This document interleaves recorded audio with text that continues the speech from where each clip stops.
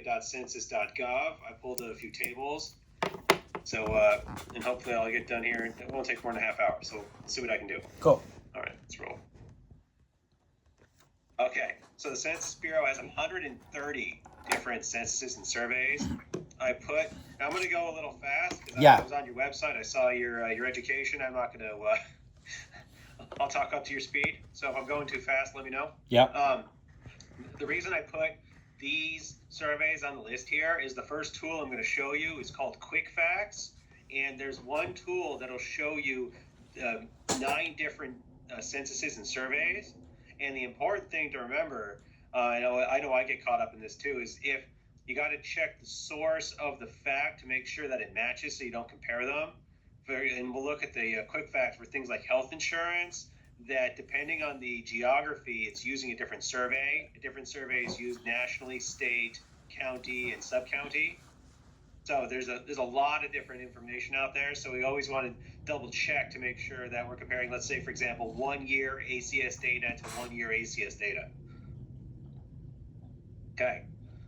This is, I'm a bit of a history guy, so I like this part. So there was one census, essentially a long form census, that was used from 1790 to 1930. So every household got one form, and it varied in length. It was from 4 questions in the beginning up to 30 by 1890. In 1940, they decided that the decennial census was getting a little too long, and they started adding a supplement to the decennial. So the decennial in 1940 had 35 questions with a 15-question supplemental questionnaire that went to 5% of the population. And every year after that, they kept adding to the supplemental and decreasing from the decennial. Okay, so they decided in 2000 that they didn't want to have such a long decennial census anymore, as it was required by the Constitution. They need to make sure that everyone answers so that they get proper congressional apportionment. So they changed the census in 2000 to just 7 questions, with the supplemental getting 45 questions. And that's when they began testing the ACS, so the American Community Survey. And that is essentially, they took what was a 10-year supplemental that was attached to the decennial, and they started doing it yearly on what's called a rolling survey. So they began the rolling survey in 2005. So starting in 2010, only the short form census was sent to every household, and there was no more supplemental. And they kept doing the yearly 3.5 million households a year for the American Community Survey. Which the big benefit, of course, is that we didn't have to wait every 10 years to get data, and now we're getting that rich amount of American Community Survey data every year. So it's super cool. Yeah. All right. I always put this in here because a lot of folks don't know that the decennial census is not only for apportionment, but also is used to calculate all these important federal programs. I just put this on here so you can see. It was $2.8 trillion in 2021 was the amount of money allocated based on the total number of people we count. So as part of my job, I have to stress to everyone I talk to that we're trying to count everyone we possibly can, not only for apportionment, but to make sure that states like Oregon get the fair amount of federal funding. There's some pretty important programs here, as you can see. Yeah. American Community Survey. At 3.5 million addresses every year, 40 different topics, and it is also used to allocate federal funds. So they started in 2005, like I said, with 1 year estimates, and then the first 5-year estimate was 2005 to 2009. It covers these topics. The ones in red are asked in the decennial, but we're going to go into this a little bit more. But you can see it's a lot of, essentially, if you can ask the questions specifically about things like housing, there's a lot of different topics, and the Census Bureau has thousands of tables that they put into data.census.gov based upon the statistics they take. And we'll look at some of those today. So that's pretty cool stuff. All right, this part's important. So selected geographies. Some of the geographies nest into others, right? From nation to regions to states, counties. The big one is census tracts that a lot of folks haven't heard of, right? These are 1,200 to 18,000 with an optimum of 4,000 people. When you're looking to do, and perhaps in your research and for the graphs using in your presentations, you may want to provide a map, which I'm going to show you how to do on the data.census.gov. You'll want to use census tracts as a way to build such a map, and I'll show you that here. But so the key thing to see here is that a county nests into census tract. Yeah. Now, a place is like a city. Yeah. So like Bend, Oregon is a place, but that doesn't nest into census tract. Yeah. You'd have to use what's the Bend? Deschutes County. Deschutes right? County. Yeah. Bend? Yep. Yeah, Deschutes County, right? So you would use that county to pull all the census tracts for the area around Bend, and I'll show you that here in a minute. Yeah. Got it. Okay, see, you get that? All right, so the other key thing I want you to know, and we're going to do a demonstration after this, that you need to get, for the 1 year estimates, the population has to be 65,000 or more. If it's not 65,000 or more, it's going to be a 5 year estimate. Okay. All right, so like Deschutes County is like 99,000, so we're able to get a 1 year. Okay, that's the key thing. And then the data will be released. So the 1 year, the 2023 data is out already. The 5 year is coming in December. Okay, and then I have this map here that shows you which type of data is available for, so you can see in Oregon the difference. The 1 year, the more populated part. Right. Supplemental, and then the yellow. Got it. Okay. Cool. Okay. All right, so I'm going to show you 3 tools. Making excellent on time. Okay. So the first one is called Quick Facts. This is the easiest tool. If you need to know something very quickly, I would use this. I always start with this one first. Best way to find it, type Quick Facts into the Google. And here, it's a table. So as I showed you that first slide with the 9 different surveys and censuses just on this one big table here, including with households and family living arrangements, housing statistics here. And then you can do a comparison of up to 6 different places. So you could do Bend, and it'll populate Portland, populate, I'm just going to put 3 on here. Okay. And let's say Eugene. Okay. And this is pretty easy to use. You'll figure this out pretty fast. Yeah. So you got these 3 here. So the cool part is you can make charts based on facts. So I like to do this. I go here, I go to housing, and let's say I wanted median gross rent or monthly selected owner cost without a mortgage. You just use that one.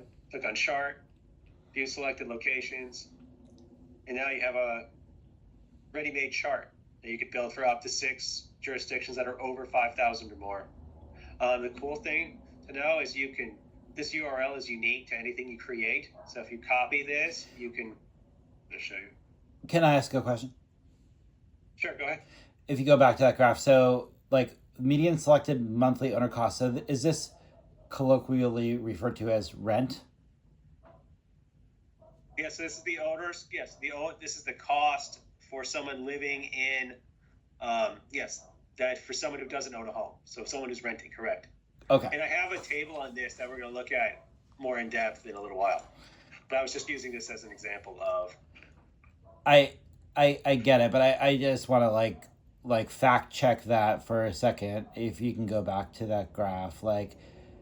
So if you want more information about a statistic, there's this little eye here. Yeah. You click on that, and then it'll give you the definition. So it's the sum of payments of mortgages, utilities, fuels. Okay. So. Condominium fees. Okay. And then it will also give you a link to the subject definition, and then you can really dive in. Okay. Would it be possible to just hone in on, say, 2023 for that same figure? I believe this is the 2022 or. No, that's 2018 to 2020. Yeah, we can, but we'll do that from the data.census.gov. Okay. I believe that's one of these tabs over here. One of the tables I pulled for you. So we'll look at that. Okay. Cool. But I wanted to start with quick facts because you're working in a lot of jurisdictions. If you want to build comparisons across jurisdictions, that's where it's best. Yeah. If you wanted to show different cities in Oregon, you can make the chart super easy using quick facts. And then you can, if you want to print the graph, you can save it as a PDF like this. Go ahead. Well, okay, I see that the bolded thing that you have there, median selected monthly under cost without a mortgage. First of all, that's very wonky, bureaucratic. That doesn't mean anything to me. But the line below it says medium gross rent. That's very straightforward, plain language. I understand what that means. That number is significantly greater than the number in that line above it. So what's the delta between those two data points? I thought we were looking at rent, but we aren't looking at rent. No, I think I misspoke. I believe these are the costs that are not included. These are in addition to, I believe. Maybe we can dive into it. Are the sum of payments for mortgages, debts on a property, real estate taxes, fire, flood insurance. I can go into these a little bit later if you want and pull the difference of what these are. Okay. Because I'd have to go into these subject definitions. Okay, but basically that doesn't mean anything to me. The rent does. Those numbers seem more accurate. That's why I was like, when you were saying those rents, I was like, wait, that's way off. Like, right. Couldn't be. No, but these look accurate. So okay, good. We're good. Okay. Cool. Awesome. Okay. So that's quick facts. That's good. So to get to that again, you just type quick facts into Google, and up it comes. My favorite tool, the one I hope you take away the most, is what's called the narrative profile. Get to that. We go right to our data.census.gov, everyone's favorite website.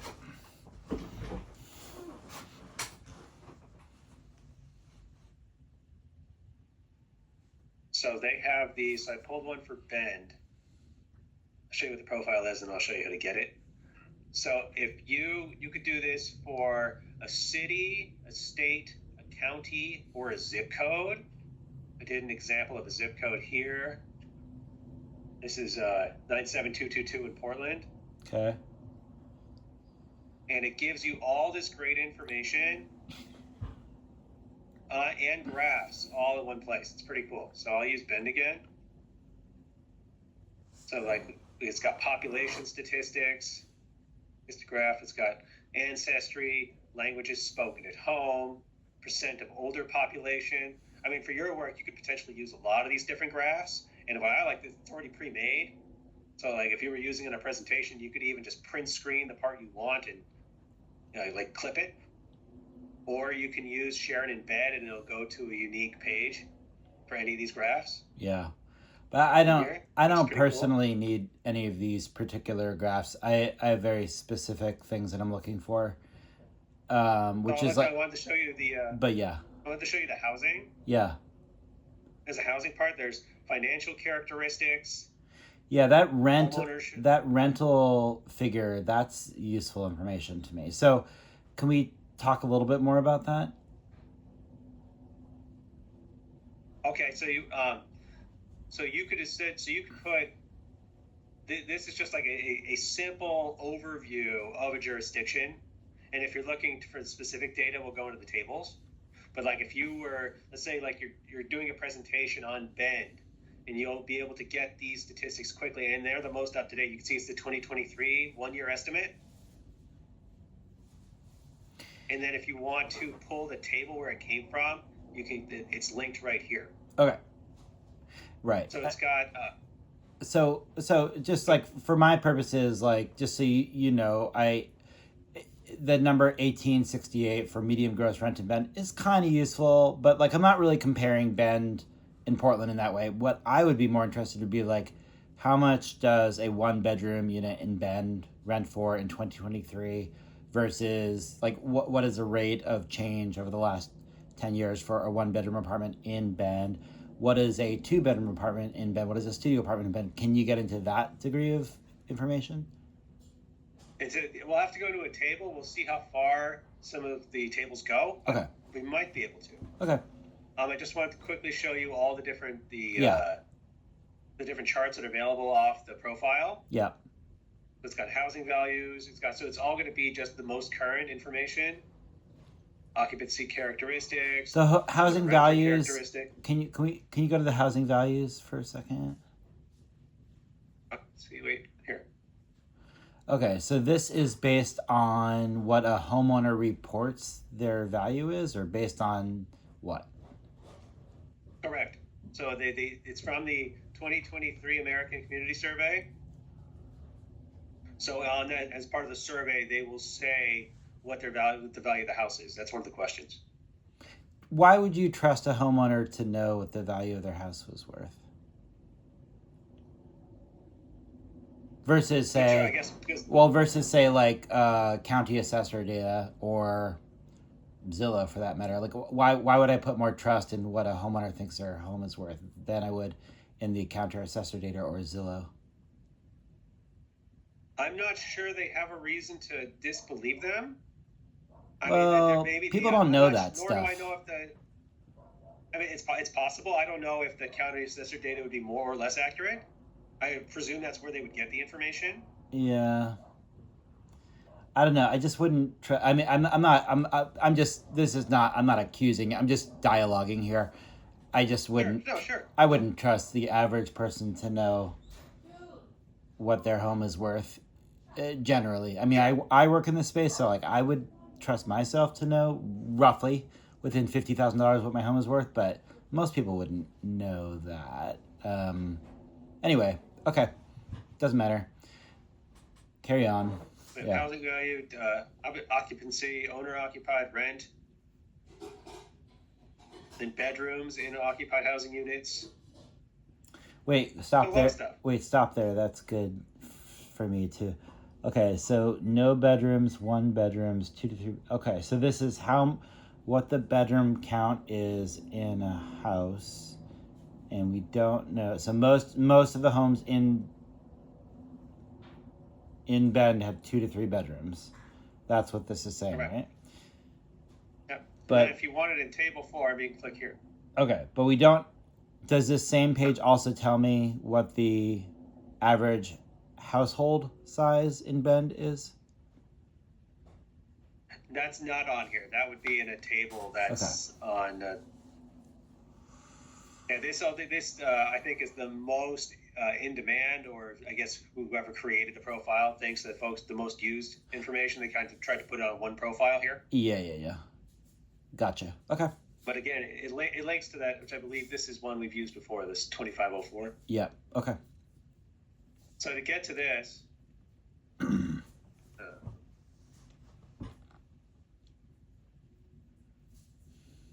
can just type in a zip code here, and then you would click on it here. Sometimes it takes a sec. These profiles sometimes take a little while to load, or you could type in and you just click on it there. Also, the other thing I want to show you, if you have a specific address and you're not sure what city or what address or what profile you want for it, you can just type in an address and search it that way. Okay. So that's a pretty cool feature too. Yeah. And you can also find out then, like if you're interested, like what census tract a particular address is in, you can find it this way too. Okay, we are cruising. So we've got profiles. If you're doing the this.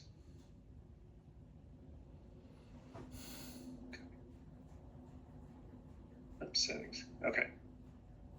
So this was the table that I sent you first that had the 1, 2, 3 that you were able to use. Yes. You could also create a map out of it. That's when you click on here. Okay. I clicked on this page here. I want to show you some map stuff. Yeah, that'd be great. All right, I'm having I mean, I had to do a little bit of data cleanup to make it useful. That is, like, I had to combine 3 and 4 plus person households, and then because it makes my point better. So the map would probably inherently divide up the data the way you guys do it, which is not as useful to me, but I'd still like to see it.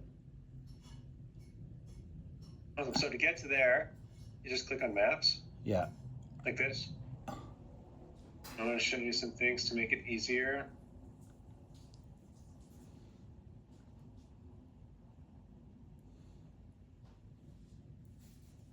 Right bend here.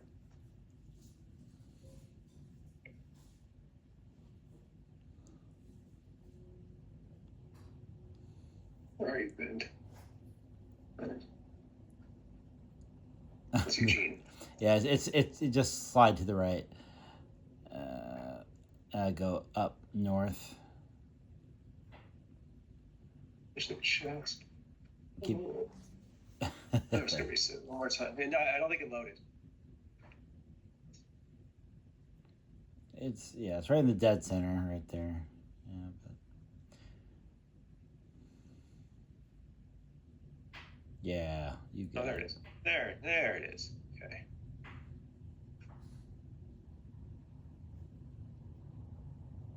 Let's do a percent. Let's use my table over here. Okay.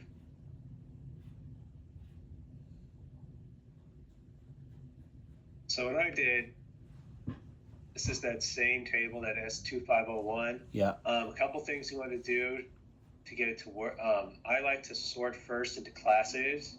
Into 5, I like to use the quantile. Okay. Quantile. So it's into 5 even, like this, so that you can see the top, the 20% most affecting the sample. I like to change the colors. It defaults to this color here, which is a little difficult to see. I like to use that one. It's easier. Okay. Boundaries. I like to add the place in there so that it'll label bend. Okay. That helps. And then on the base map, I would add detail like that. Okay.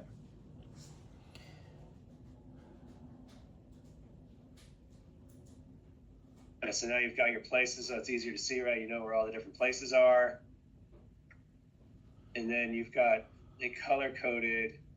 Then you can also, in the colors, you can change the transparency if you're not exactly sure where you are, and then change it back. Okay. Like that.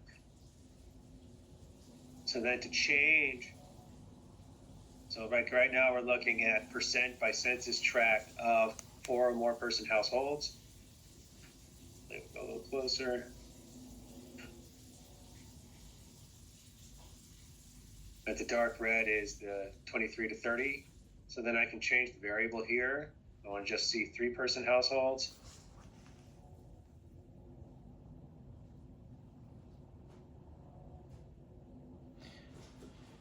Can you change it to be 1 and 2-person households? No, it's going to be in that same, in the same categories that the table are. Okay. All right.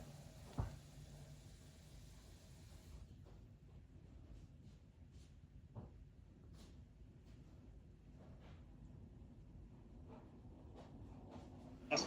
Okay. Cool. So Okay. that's maps.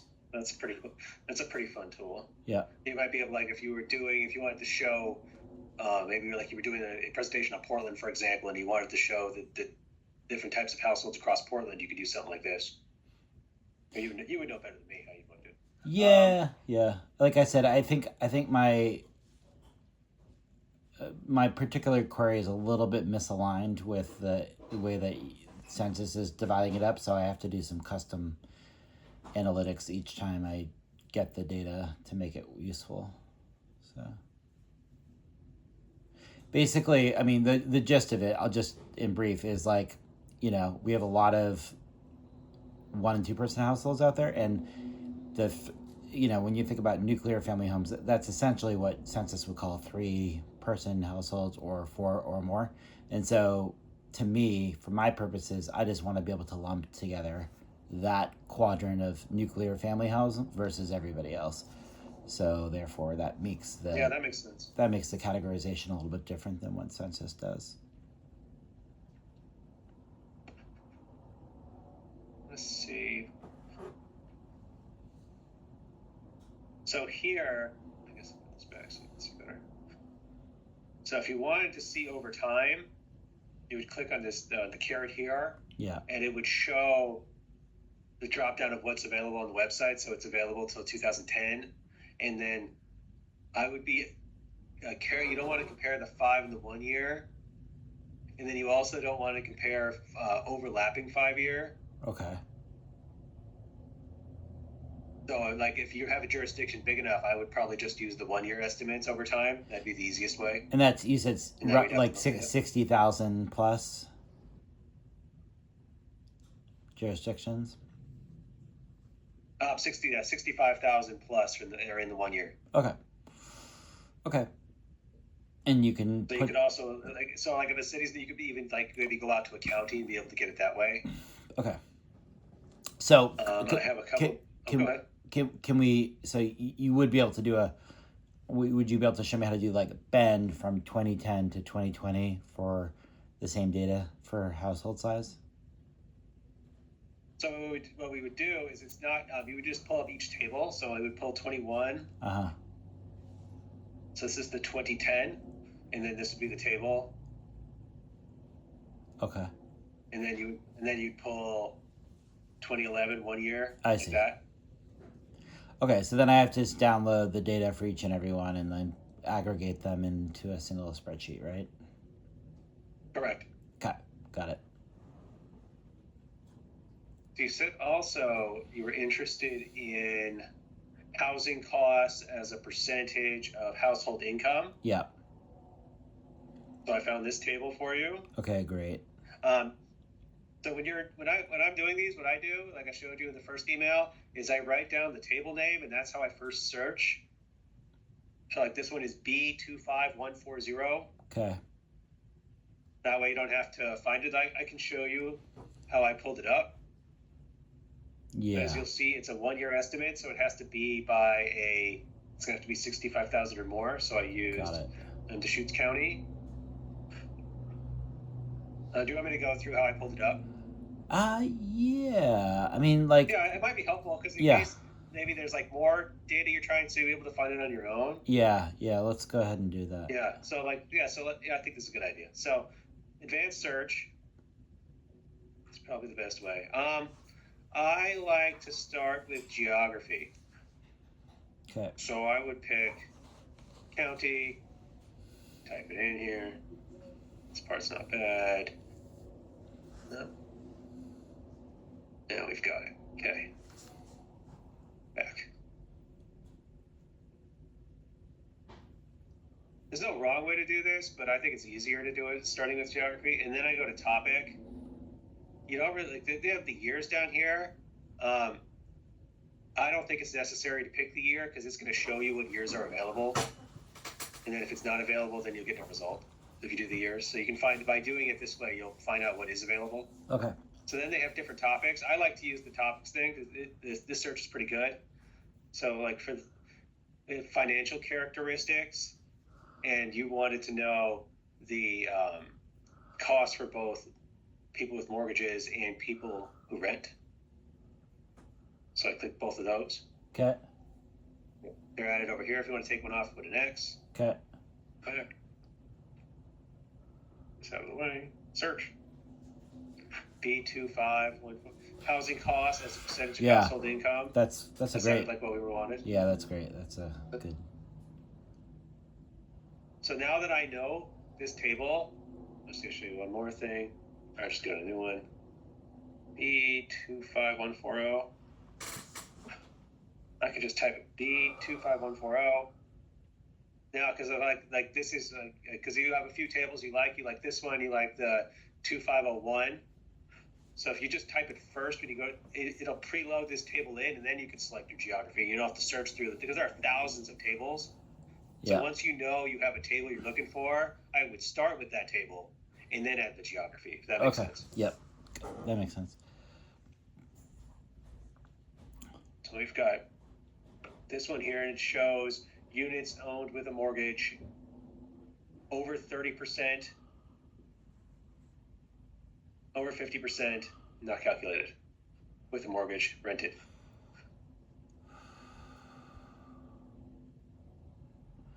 Okay.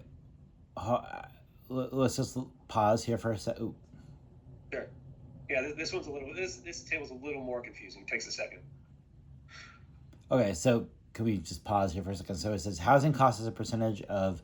So I see that figure at the top where it says total estimate 88,597. What does that number mean relative to the title of this? These are the total number of households in the sample.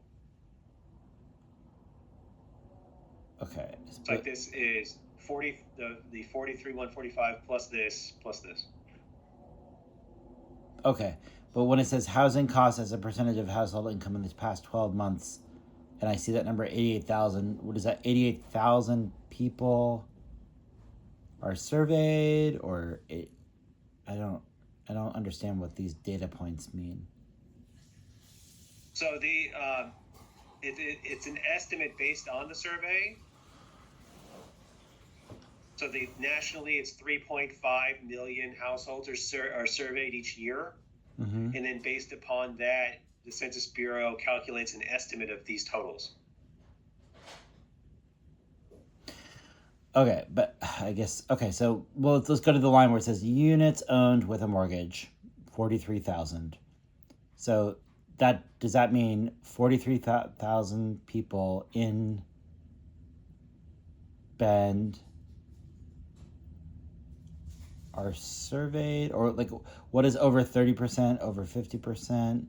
So 12,000 households are spending over 30% of their household income out of the 43,000. Is that what that means? So it's estimating. It's an estimate that there are 43,145 with a margin of error of 2552. Yeah. In Deschutes County of units with a mortgage, so an owned house with a mortgage. Oh, and okay. There's an estimate that 12,395 of this are spending 30%. I got it. Correct. Got it. Yeah, it's a little. It took me a second too when I first looked at it. Absolutely. Okay. All right. That makes sense. Okay. So. Okay. Cool. Okay. Is there a way to show like the percentages instead of just the numbers? Like, so instead of saying 12,395, it says that is 25% of those who own a mortgage are paying over 30%, or no? Oh, you want this number as a percent of the 43,000? Yeah, or of the total, either one. Like, is there a way to show that data as a percentage, or? It doesn't look like, no. If it was, it would be up here. Okay. All right. Cool. But it all nests, fortunately, like because we have Excel, that it all nests into this number. Yep. Gotcha. So that's good. Yep. We've got that going for it. Then of course we have the margin of error, and then we also have the map feature too. There's one other one I wanted to show you. So because this was using the 1 year, that's group quarters, we'll come into that later. Because this is just the 1 year survey, you won't be able to get track data. That's that 4,000 person neighborhood. So if there's a different table you might want to use for that has 5 year data. So like to get on that more granular level, it has to be a 5 year estimate, and that would be this table, this DP04. Okay.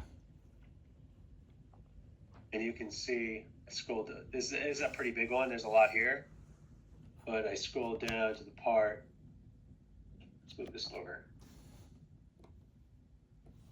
So this is, I must make sure we have the filters right. So this was all census tracts in Deschutes County. Okay. So you can see across the top, that's where the census tracts are. And then we have selected monthly owner costs, housing units with a mortgage, without a mortgage,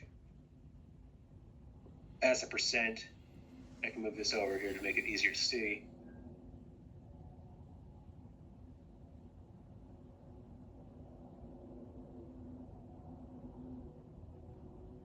Okay. And then if you want it, so once you have the track, you can do, let's see if the map works better now. Awesome. So that shows total, and you could go down and say when they were built, how many rooms. Let's go to occupancy per room. I don't know if that's a number you would use. Well, I saw another just text in that occupied housing units thing that said something about recreational vehicles. Yeah, I think I saw that. Let's see. Yeah, it says boats, RV, van. Could we see what percentage of? Okay, so Percent by census tract. So what I would do, again, as I was saying before, tail colors, make it easier to see. Okay. Gonna go up. would you be able to do this map right now for the whole state, just so I could see how that's done? Yeah, we could do the map. Let's go back. So we're gonna click on filters. I'm gonna take this off. So what I would do, because I would divide it by county probably, Okay. or I could do. Do you want me to do all census tract in Oregon? That'd be No. pretty big. Or do you No. want it by county? By county would be great. Yeah. Okay. So let's take that one off.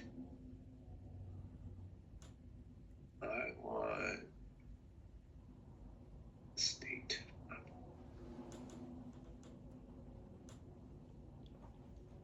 Website's been a little upset today. Okay. Oh, you know what? Let's do county. You do county, then you go to Oregon. Give it a second. It's being grumpy on a Friday.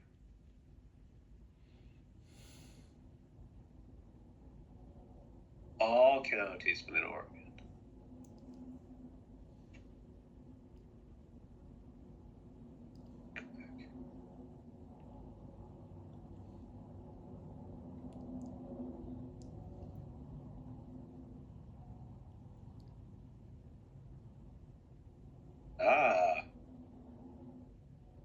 So now and then we go back down to the variable we like. I think I went past it. Did I go past it? Rooms, yep. Okay. Now, if you were to send me this URL, would I be able to reproduce this same chart? Yes, I would copy that. Yeah. It would be this very map. Hold on, let's see if I can. Give me a second here. Oh. Pull up team. Let me pull up the teams. Is there a chat? Let's see if this works. That work? Got it. Okay. Great. That's super helpful. Thank you. Awesome. Glad to hear. Okay. And that's why, so you can also, if you want to send stuff or save stuff, you can just, the unique URL is always like, that's the best way. Yeah.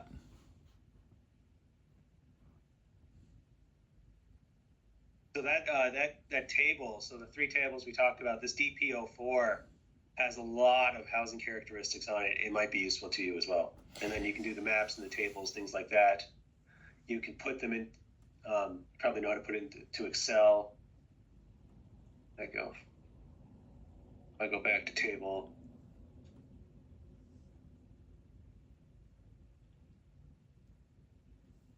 Just push Excel and it goes to Excel. If you want to cite it, it creates the site for you.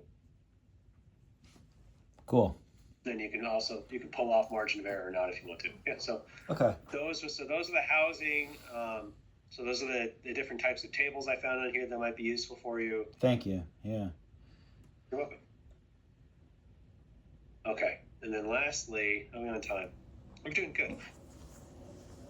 doing good. Okay, so I wanted to talk about group quarters. Yeah.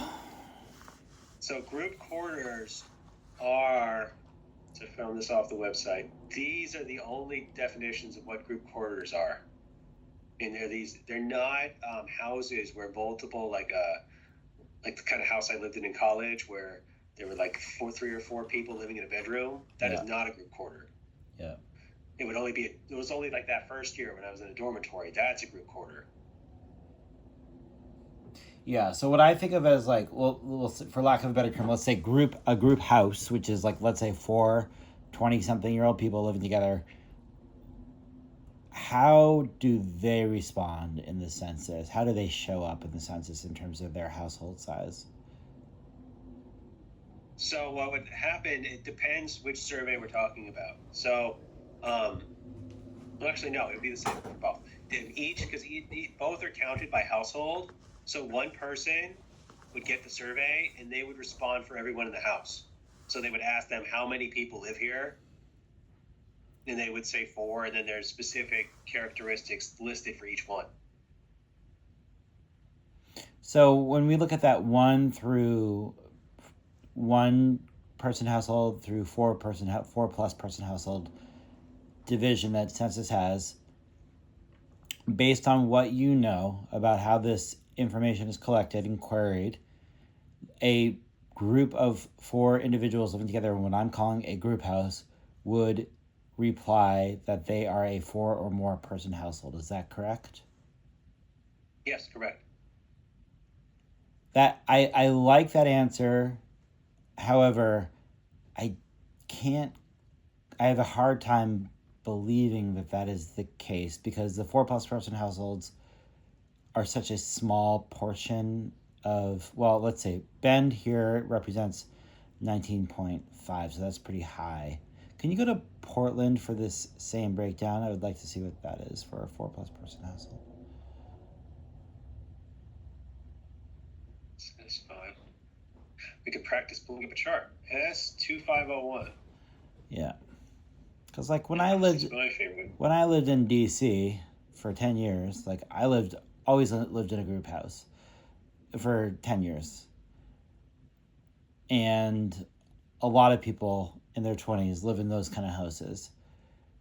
But I don't know whether they're filling out the census in such a way that they're providing their household size in that manner or not.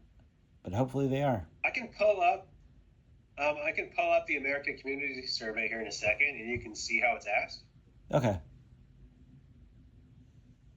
So we're going to find our friends in Portland. So I'm searching under place. I wish this was labeled in easier. What's a place? It's a city. That was not my choice. I could just type it up here. Oh, there it is. I saw Portland. It's funny how it says Portland City. Nobody ever calls Portland City. Portland City. Yeah. Yeah, but yeah. Okay. When you pull up like Anchorage, it says municipality. Must have to do with like incorporation status. Oh, yeah. Yeah. Okay, so I got a view table. Click the table. Move this out of the way. All right, so we've got. So it's saying Portland. It's saying 14% are in these 4 plus person households. That seems a little bit low to me intuitively, but maybe it's right. I don't know. But like I said, that if what you're saying is validating the presumption that I've had in all the years that I've been communicating this information, so that's good. So cool. That's good to hear. What I would also do, because I like larger samples if possible. Yeah. To just check. So if I'm a little concerned, yeah. So I could pull the most recent 5-year estimate. What does the 5-year estimate do that the 1-year estimate does not do? So that's the estimate taken. It's 2022. It was taken at 18, 19, 20, 21, and 22. Oh, okay. So it's the average. Yeah. Or the gross, really, of the 5 years. Okay.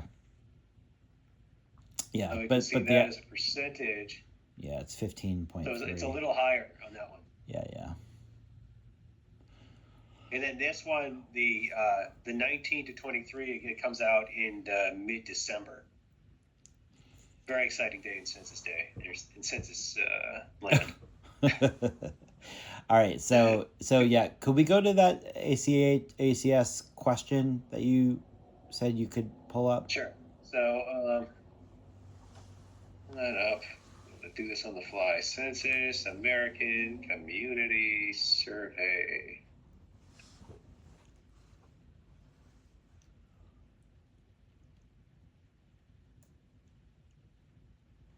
This website has way more information than you could ever want on it. Yeah. Where is the? Oh, this thing is. Now we're gonna find our way around this.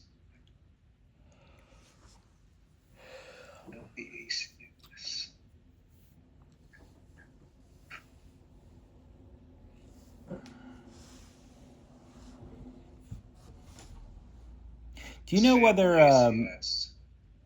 have any AI companies reached out about like creating like a better user interface for accessing census data with you guys? That's a bit above my pay grade. I can imagine that's got to be the future, though.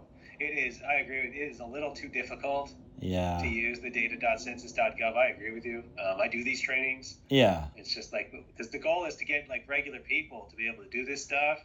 I know. People with multiple degrees. Yeah, it's like I agree. and like you guys are doing a great job. It's like the best data you can get, but it's just overwhelming for anybody, right? So Agreed. yeah. That's why I like to show folks that data profile. Yeah. Because just in case, like I teach like grant writers how to, like a lot of, like if you're writing a grant application, you could use a lot of that data without having to go into the tables. Yeah. So let's do, this is the 2024 questionnaire. Okay. What gets measured gets managed kind of thing here.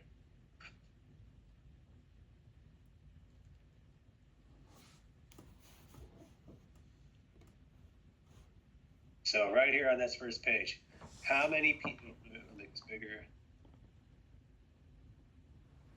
How many people are living or staying at this address? Include everyone who is living or staying here for more than 2 months. Okay, and this goes out to like what percentage of people in Portland? Like 1%, something like that. I don't know if specifically Portland. It's 3.5 million nationally every year. So that's like one. That's 1% of the U.S. population. Okay, so yeah. the likelihood is that people would not have received this in my house, and that's fine. But I just kind of wanted to understand how this data was being collected. So that's good. Cool. Yeah. Like so they use that kind of rolling survey technique as a, like they started working on the technique in the mid 80s, and then they didn't put out the way to use the survey to then using sampling to project for the whole country, and they tested it in the mid 90s and didn't start using it until 2005. So we're almost 40 years now they've been working on this, the technique to get the data, and you saw the margin of error was pretty good. Yeah. If I recall. Yep. My margin of error was pretty, yeah. I mean, it is pretty tight. Yep. I think that's 205. Whatever that was. Yeah, margin of error. Well, it's not terrible. Yeah, that's great. Cool. Well, this is super helpful. I appreciate you taking the time to do this, Brian. Of course, my pleasure. And before I let you go, my job is to do these types of presentations with the public. They like to have us doing as many of these as we can.